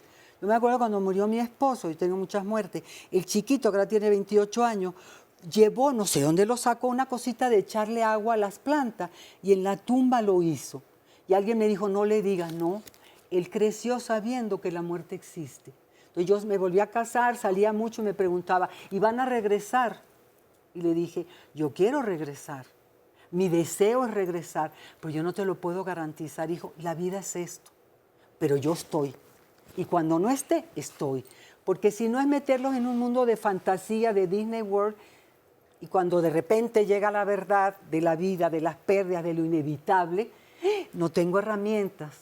Pero mamá ya me dijo que así era y que se podía salir. Y sobre todo esa sensación, fíjate, ahorita esto que dices me conectó con mi propia infancia, en donde cuando uno está triste y la gente alrededor lo que quiere es sacarte de esa tristeza como si fuera horrible que estuvieras triste, a veces uno se siente muy inadecuado y entonces no entiendes qué te pasa porque eres niño, pero te sientes inadecuado porque crees que está mal sentirte así. Cuando tú puedes entender por lo menos eso, de que no pasa nada por sentirte de repente triste, te aliviana muchísimo. Te aliviana muchísimo porque no te sientes raro, ¿no? Porque a veces uno crece creyendo que es un niño extraño. Y fíjate, Marisa, afortunadamente en la actualidad hay varios colegios que tienen una habitación donde se sientan a conocer y a explicitar la emoción o el sentimiento que tienen. Y en ese entorno de sus pares, de sus compañeros. De sus compañeros, son sus pares, ellos pueden explicitar tranquilamente el sentimiento o la emoción que tienen. Y lo que decía Lore, como padres de familia tenemos de obligación de ponerle nombre y apellido en el momento que estamos detectando, porque el niño es natural, el niño no esconde, el niño no se va a otro lado a demostrar su coraje o su tristeza. Son auténticos. Auténticos, total. Y ellos nos enseñan muchas veces más que nosotros a ellos. Exacto. ¿Se les puede enseñar la resiliencia a los niños? ¿Es algo que se les puede enseñar? ¿Se les puede modelar la resiliencia? Es correcto. Sobre todo con Incluso es una de las etapas de la vida en las que como parte de la formación está justamente la parte de ayudarlo a enfrentar todas las adversidades y crear justo la resiliencia. La pregunta es muy buena en cuanto a la edad y tiempo. Y la otra parte es muy importante. Lo primero que hay que hacer con los niños cuando son afectados por un duelo de ese tipo es escucharlos. Y hacer que hablen lo más que puedan y acompañarlos a que hablen lo más que puedan y que digan todo lo que digan al respecto del episodio, del suceso, de manera tal que uno tenga entonces elementos. Primero, lo primero terapéutico ahí, digamos, de atención, es justamente escucharlos. Y luego lo segundo, con eso nosotros tenemos elementos que nos permiten saber hasta dónde llega la comprensión del episodio. Y tercero, muy importante, aún a pesar de esa edad, siempre la verdad. En relación al asunto de la muerte, siempre la verdad. Fíjate que la yo pueden siempre... Adelante. Perdón. No, adelante. Yo siempre cuento una anécdota. Hace muchos años yo tenía una amiga que pues iba a tener a su, creo que tercera o cuarta hija. Creo que era tercera hija. Y entonces, pues todos estábamos felices. Yo iba manejando rumbo al hospital porque pues ya era la hora, estaba programada su cesárea y ya estaba todo listo. Y me acuerdo perfecto porque yo creo que es uno de los peores días que yo pueda recordar en la historia de mi vida, porque iba manejando cuando de repente suena el teléfono y me hablan de mi casa y me dicen, no vayas. Le digo, ¿por qué? Me dice, porque tu amiga se acaba de morir en su parto. Entonces, bueno, fue una emoción espeluznante, pero esto que les cuento es el preámbulo para contarles que fue un evento muy dramático porque pues todos esperábamos una gran alegría, todos estábamos dispuestos a celebrar el nacimiento de esa niña ese día y sin embargo, bueno, pues se opacó con una tristeza enorme que fue la muerte de mi amiga. Pero el asunto es que llegamos todas las amigas en shock, pero acompañando al velorio de nuestra amiga, y estábamos todos menos sus hijas. porque a ellas se les engañó y no se les dijo que su madre había muerto. Y yo me sentía tan mal, porque yo decía, es que si hay alguien que tiene derecho de estar aquí, este rollo de que porque son chiquitos no pueden ir a velar, pues, sobre todo a un familiar cercano. Estoy de acuerdo que uno no va a llevar a los hijos ahí Con los a que se amigos. regodeen en la muerte, porque pues hay que pensar en otras cosas. Pero cuando se trata de un amigo cercano a ellos, cuando se trata obviamente de una madre, un padre, un hermano, ¿cómo no van a tener el derecho a estar ahí? Bueno, pues estábamos todos, menos estas niñas que jugaban en su casa alegremente sin saber que su madre había muerto. Entonces se les dijo, creo que 2 o 3 días después. No puede ser. Pero a mí eso me parece una traición absoluta y lo menciono ahorita porque me encantó que dijeras siempre la verdad. Aunque duela, aunque sea incómoda, aunque pese, la verdad es la verdad. Y así, solamente así podremos tener las herramientas o le estaremos dando las herramientas a nuestros hijos para que crezcan aceptando que la vida tiene pérdidas, que la vida tiene dolor, que la alegría también conlleva su dosis de tristeza, que la vida es así, porque por eso estamos tan sufrientes todos como adultos, porque se nos ocultó siempre, porque venimos de una educación, por lo menos a mí todavía me tocó, la de mi abuela, la de mi madre un poco, de que la niña no se entere, que el niño no sepa. Ni de sexo ni de muerte, entonces ¿de qué va a vivir? Exacto, entonces creces terrible, ¿no? No, y aparte, ¿sabes qué? Perdón, Olguita. Aparte de la verdad, que el niño te tenga confianza. Claro. Si el niño sabe que siempre lo vas a contener y que aparte le tienes la explicación a lo que él está sintiendo, él va a tener confianza. Se siente escuchado. Otra cosa, el duelo más difícil de pasar es un duelo sin cadáveres. Eso es lo peor que te puede suceder. Sí. ¿Por qué? Porque no lo viste. Yo siento que mi familiar que fue a Arabia y dicen que el avión desapareció, él está ahí en el mar tratando de salir. Sí. Él está tratando de salir en alguna isla, en algún lugar está. Como en el caso de estas niñas, ¿no? Que Sí. no pudieron ver, no pudieron constatar. Y como en el caso de Ayotzinapa, con un desaparecido no se puede hacer duelo. Porque si yo decido que murió, yo lo mato. No hay médico, no hay ministerio. Entonces, yo lo mato. Y si decido que está vivo, ¿qué le están haciendo? Si es hija, trata. Y si es hijo, trabajo esclavo. Entonces, el desaparecido es una cuestión aparte. Como para porque hacer no hay, todo no hay un tema cómo. de Y eso es lo que tenemos que entender, por qué sigue y sigue a nivel internacional lo de Ayotzinapa. Porque no hay nada. Porque no hay explicación. Porque no hay nada. Y yo trabajo mucho, yo he ido muchas veces a quedarme a Ayotzinapa, y me acuerdo un padre que me dice que él no puede ir a su casa porque está la silla con la guitarra de él y de su hijo. Ellos iban los fines de semana a llevar serenata. Y dice, no puedo entrar, Lore, no puedo entrar, porque esa silla es su hijo. Entonces, el proceso de Ayotzinapa, que hay que tenerle gran respeto, y la gran cantidad de desaparecidos en este país, es cómo haces el duelo. Por eso se alarga y se alarga y se alarga. Mi hijo murió, yo estuve, lo enterré, su cremación, y puse las cenizas en un árbol y en una flor. Ahí está, lo despedí, lo toqué, le canté. Pero donde no hay. Entonces ese es otro renglón aparte que hace. En Argentina y Chile, en la década de los 70, que fue trágica, desaparecieron miles, 30.000, 40.000. Me acuerdo que me dijo un compañero, Lore, los familiares, hombres y mujeres, no pueden hacer el duelo. Al cabo me dice uno que hace altas cosas de matemática, y luego me dijo, les está dando cáncer a la mayoría, estadísticamente en comparación con población semejante. Y al rato me dijo, cáncer de estómago. Y dije, claro, no pueden digerir. No, y aparte, ¿dónde dejas tu sentimiento? ¿A dónde lo localizas? Si lo lloro muerto, lo mato, y si no, ¿qué? Entonces es una interrogante que nos acompaña de por vida. Eso que dijiste ahorita, qué fuerte y qué real, porque si no lo veo y no me dicen que está muerto, entonces si yo lo doy por muerto, yo lo mato. Yo lo mato. Qué fuerte, qué fuerte. Yo me quiero nada más devolver un poquito al tema de la resiliencia. Yo sí quiero dejar en claro, nosotros en logoterapia lo llamamos poder de oposición del espíritu o antagonismo psiconoético, que es un nombre muy raro. Pero miren, todos los seres humanos somos resilientes. Todos los seres humanos nacemos con la capacidad de oponernos a lo que sería el factum o destino.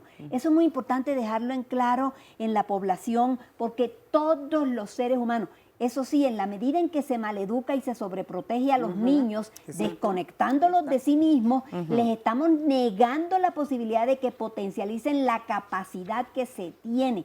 Lo voy a decir en términos computacionales, viene con la paquetería. Todos los seres humanos somos resilientes y tenemos esta capacidad de oponernos a cualquier tipo de sufrimiento. Si te llegó ese dolor y ese sufrimiento, es porque puedes soportarlo. No quiero parecer religiosa para nada. Es simplemente que nada más tenemos que conectar con alguien que haya tenido, tú que has hablado de tus muertes, Lore, aquí la amiga que acaba de perder a su compañero, aquí están, estamos vivos, porque es un homenaje a la vida, es natural que tengamos esta capacidad de ser resilientes y de oponernos, porque esa es la naturaleza de la humanidad. ¿Por qué sufre el ser humano? Para eso sí no hay respuesta, pero de que podemos salir adelante, y no estoy hablando de que seamos los felizomaníacos o felizómanos anónimos, no, para nada. Mira, cuando nace un bebé, que es todo así, porque a nivel del sistema nervioso, bla, bla, bla, lo contienes, ¿no?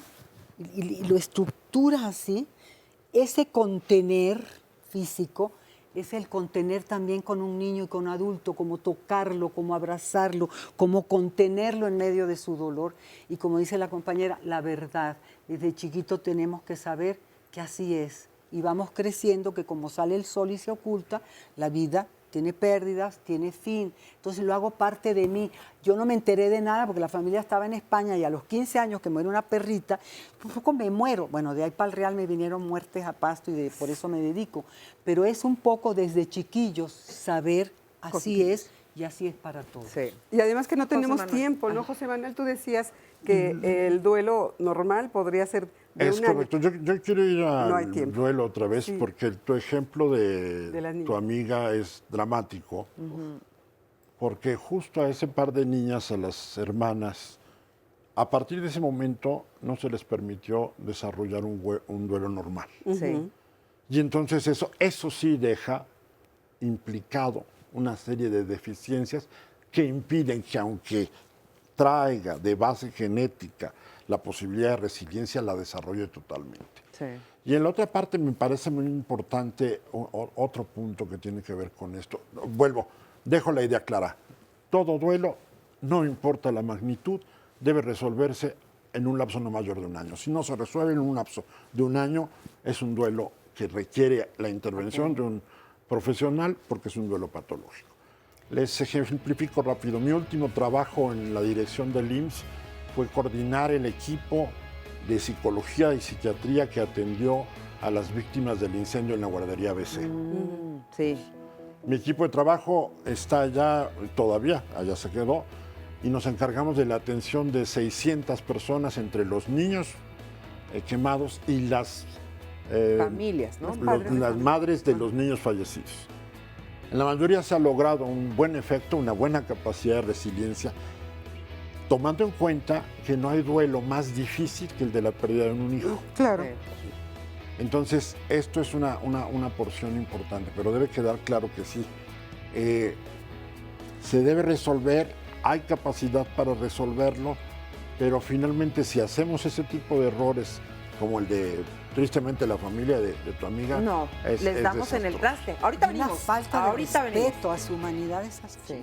Me pide lo profético que hay en mí, con melancolía y un golpe de objetos que llaman sin ser respondidos. Hay, y un movimiento sin tregua y un confuso. Pablo Neruda, poeta chileno. El monantropismo, somos una sola ¿Qué es eso? humanidad, somos una sola humanidad. Se llaman afectos porque nos afectan.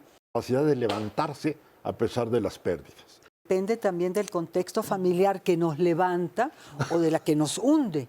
Es sano exteriorizar nuestros sentimientos, encontrarle un sentido a nuestra vida. El hombre tiene un porqué para vivir en contra el cómo. el dolor de las mujeres y los hombres que estamos. Entonces, cuando yo digo no es mi dolor y me pasa a mí y yo... Y a mí me lo hicieron. Y a ¿Por mí, qué a mí? Y yo digo, esta es la condición humana, no me lo quita, pero me... Que el enojo que pueda haber subyacente o detrás de la tristeza y el dolor por la pérdida te sirva para sacar la fuerza. El coraje, la rabia te impulsa a seguir adelante. Todos los duelos tienen una evolución normal que no debe ser mayor a 1 año. Pues ya estamos aquí de regreso, estamos platicando y comentando los casos y todo, pero les quiero leer algunas llamaditas telefónicas que tenemos. Dice Guillermo Báez, yo pensaba que la melancolía también implicaba que la tristeza era producida por algo que no existe. Quiero decir que la melancolía es una nostalgia sin imagen real, como un echar de menos algo que nunca ha llegado a existir en tu vida, como un ensueño. ¿Hay alguna palabra del castellano que describe este sentimiento? Pero tiene mala definición, ¿no? Por lo que ya dijimos aquí, ¿no? Es interesante que pregunten sobre el idioma en particular, porque todas las culturas tienen una manera de llamar a la tristeza extrema distinta. Y fue oportunísima tu aportación del fado, porque tanto es cultural la diferente manera de manejar el duelo y la tristeza, que hay naciones o lugares en donde la tristeza es culturalmente establecida e incluso ideológicamente establecida. Y me tengo que referir, por supuesto, a Argentina. ¿Sí? ¿Son tristes los argentinos? No hay un solo tango alegre. No, claro, tienes razón. Alguien lo definía, y Jacobo Zabludowski lo decía en su momento, el tango es música y en lugar de letra tiene un acta de la delegación. ¿Sí? Y el fado. ¿Sí? Por supuesto, el tango es hermosísimo. Divino. Más bailado que cantado, pero bueno. Pero el fado es extraordinario en la capacidad de darse cuenta que es justo nostálgico. Sí. Hay que recordar que los portugueses se perdían en el mar. Es correcto. Que las viudas siempre estaban esperando. De ahí sale el fado. Y además siempre se despedían, ¿no? Sí, Era una despedida sí, tras no otra, sabía tras si otra. había retorno. Bueno, y el bolero mexicano. Muchacha. Ese es de ardidos, o sea, de bien ardidos, riquísimo, ¿no? Cuando está uno así dolido hasta el alma. Pero también tiene su dosis de tristeza, ¿no? De tristeza, de coraje, de rabia, de rencor, de alegría también. Pero si se fija, la mayor cantidad de boleros que no sabemos tienen que ver con la tristeza, la desesperación, el desamor. Los blues los blues gringos también. Pero tan es así que el típico requinto del trío mexicano que canta boleros es llanto. Es una nota triste. Es llanto. Sí, es llanto. Ajá. Y hace rato mencionabas a Juan Gabriel. Yo lo admiro por lo que hizo, pero si escuchamos una canción, nos da la nostalgia. Claro. Es más, a veces nos da el llanto. Pero fíjate, eso me recuerda que, bueno, y tú que eres un gran conocedor, José Manuel, porque ya me dijeron, del arte, ¿cómo también en el arte está expresada esta nostalgia y esta tristeza? Bueno, en ese punto de vista se suponía en varias épocas de creación artística que la tristeza e incluso la depresión eran necesarias para la expresión artística. Sí. Y aquí sí hay un poco de verdad, y vuelvo al punto que habíamos planteado. El hecho de tener un episodio de tristeza, un episodio de gran melancolía, nos lleva a un proceso de introspección mucho más profundo. En quienes tienen habilidades, ese proceso de introspección los lleva a ser creativos. Sí. Y el mejor ejemplo son, por supuesto, los escritores, que son legión. Ay, sí. Saramago. Hemingway, alguien verdaderamente dramático, Edgar Allan Poe, y las historias de Silvia Plath, de Virginia Woolf. Wow. ¿no? Sí, increíbles. Aunque aquí hay que andarnos con cuidado, porque ahí sí ya estamos hablando de, en el caso de estos artistas, autores, estamos hablando de trastorno bipolar, ¿no? O sea, sí, ya caemos en el punto de... Sí, Virginia y Woolf, como me comentaron que no había que caer en la Virginia medicina. Woolf, sí, por supuesto, claro. Y ahorita estaba pensando en Jaime Sabines, por ejemplo. Jaime Sabines, la poesía de Jaime Sabines es una poesía dramática, dolorosa, por eso me encanta. Cuando me quiero cortar las venas, me pongo a leer a Jaime Sabines. Es maravilloso. Por ejemplo, lo que escribe con respecto a la muerte de su padre. No, hombre, qué cosa de verdad. Entonces, También esto me lleva a decirles que cuando uno está en un estado así, en un estado doloroso por alguna pérdida o algo, el leer este tipo de poesía, escuchar este tipo de canciones, es muy sanador. Es una manera de proyectar, de sacar. Una catarsis. Es una catarsis. Absolutamente. Exactamente. Entonces, no es de risa eso de que de repente cuando ande uno despechado ande cantando a Lupita D'Alessio. O sea, tiene su función terapéutica, de verdad, ¿no? Y ¿sabes qué, yo quisiera retomar a nuestra amiga que dice que cómo detectas que una criatura tiene algún... Yo, de mi primer carrera es educadora. Entonces, los chiquitos que tenían... Cuando teníamos un dibujo libre, ellos ocupaban las crayolas obscuras. Es más, si ellos ponían algún dibujo de un árbol o de una casa, tomaban la oscura y lo rayoneaban. Ahí la educadora detecta. Y además, la conducta que tenía ese chiquito, detectas y entonces hay un triángulo con la mamá para que... O sea, lo refleja, el niño lo va reflejando en diferentes cosas. A lo mejor en que si comía mucho, deja de comer, en que pinta con cosas oscuras, con crayolas oscuras. A lo mejor más grandecito se viste de una manera distinta, también como para representar esta tristeza. La verdad es que yo digo que todos somos pues emociones con patitas, porque vamos representando nuestras emociones y las vamos proyectando. ¿Cómo se vistió usted el día de hoy? No es casualidad. Tiene que ver en la manera en cómo se siente, cómo amanece, tiene que ver con la esperanza, con la desesperanza. O sea, nada es casualidad. Lo que dice, las palabras que usa para expresarse, todo es una representación de quienes somos. Por eso yo siempre digo que más que lo que uno escucha de una persona, de lo que dice, que es muy importante, pero no es todo, también está todo este lenguaje corporal, este lenguaje de vida que va más allá del cuerpo, que expresa todo lo que somos y que lo vemos. Tú puedes saber cómo es una persona al entrar a su casa, por ejemplo, al ver su habitación.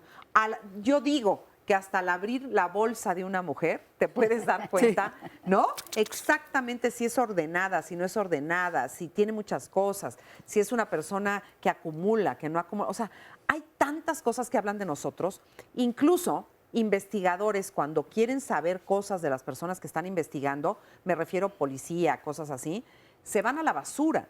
La basura de tu casa dice mucho también de ti. Claro. Dice quién eres, porque ahí se ve qué compras, qué haces, dónde comes, qué comes, quién eres. Hasta en tu basura está escrito quién eres. Yo diría, en la universidad, en la Metropolitana Xochimilco, donde trabajo, soy una enganchada con mirar cómo camina la gente. Yo veo las alumnos, los tengo chavas y chavos. Yo a veces entrando digo, hoy viene la cosa dura con fulanita. Yo ni siquiera sé la historia que hay. Esto está difícil. Perenganita viene hoy tranquila. Sutanita hizo el amor anoche como los dioses, porque viene, Entonces, si nosotros nos acostumbramos a mirar, a observar con cuidado, la postura, la mirada, la risa, nos dice no lo que pasó, pero sí cómo la está pasando esta persona. Y esto lo tenemos la capacidad todos, como dices tú, de observar, no mirar así, observar. Y creo que todo otro nos merece observar. ¿Y qué nos va dando el aceptar el dolor y la muerte? La condición humana. Yo sé que todos los que estamos aquí, hasta una hormiguita que ande por ahí, que espero que no, tienen principio y fin. Todo lo que tiene forma lo pierde, todo lo que tiene vida se transforma en otra cosa. Habría que pensar qué pensamos, qué creemos de la muerte. Entonces, esto nos acompaña y nos humaniza.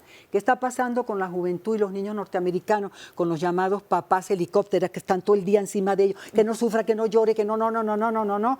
Y entonces una autora dice, son como copos de nieve, cada uno se siente distinto al otro. Entonces crecen sin ninguna capacidad de elaborar los topes que nos da la vida, estemos donde estemos. Entonces, acompañar y educar a un niño, como dicen ustedes, como decimos, me parece que es fundamental que desde chico, ya con capacidad de reflexión, sepa que la vida es luz y sombra, eros y tánatos, muerte y vida, alegría y dolor. Y entonces va creciendo como algo que le acompaña desde chico, no que de repente llega y uno no está preparado.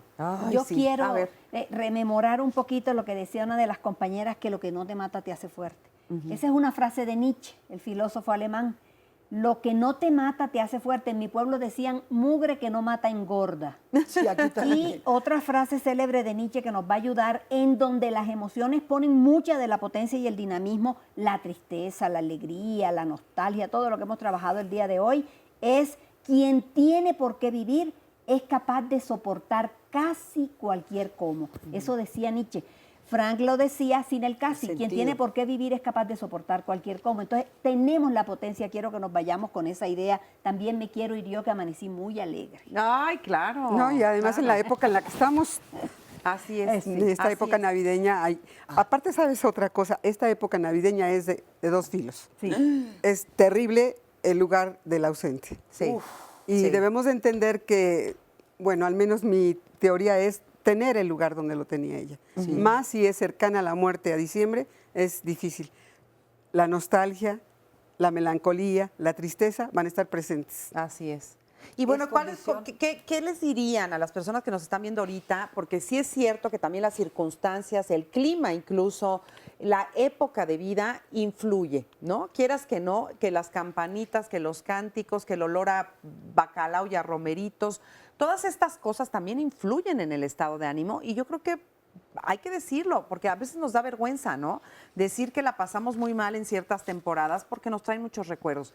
Particularmente esta época del año es complicada, es difícil, y también lo es que cuando sentimos que va a empezar ya el próximo año, que ya estamos a unos días, bueno, esa sensación también de saber que empieza algo nuevo nos da esperanza. Y que nos quita un año. Nos quita, bueno, sí, nos quita un año, y por otro lado nos da la esperanza de que algo se renueve, de que algo empiece diferente en la vida, ¿no? Entonces, esto habla de que uno necesita también su propia renovación. Ese libro nuevo, ¿cómo lo vas a escribir? ¿Cómo quieres escribirlo? Yo quiero agregar aquí, aprovechando esta aproximación a las fechas, que la tristeza o los estados de ánimo bajo en los periodos de otoño-invierno también es fisiológico. No somos europeos, pero en Europa esto es epidémico. Sí. O sea, la depresión estacional es epidémica. Aquí no llegaremos tanto porque nunca nos falta el sol, como se oculta un poco, pero nunca nos falta, pero es completamente, tiene una base ahí. Y por el otro lado, el punto interesante es que la época es de nostalgias. ¿Sí? El olor a bacalao, pero el olor a bacalao va a ser el de la abuela o el de la madre o el de la infancia que se perdió un poco en el sentido menos lejano del paraíso perdido. Por eso es una época de nostalgias. Y aquí sí la advertencia médica. Otoño e invierno son épocas en las que los intentos de suicidio son más frecuentes, la frecuencia de suicidios es mayor. Y algo que es importante para el público que está presente y para quienes nos vean es que estamos teniendo un verdadero problema con el manejo de las emociones en los adolescentes y en los niños pequeños. Nuestra edad de presencia de los primeros estados de ánimo, y estoy haciendo todo lo posible por no darle nombre patológico, pero los primeros estados de ánimo bajos y depresivos está yéndose a los 12, 14 y 10 años incluso. Qué tristeza, porque es la época en la que pues más felices Recordemos deberíamos que de ser. en Japón aumentan los suicidios de adolescentes, Y ya también de aquí. niños, aquí también. No, y en la estadística de La suicidios nada. está un niño de 6 años, que además fue un suicidio avisado. O sea, lo anunció y lo llevó a cabo como lo dijo.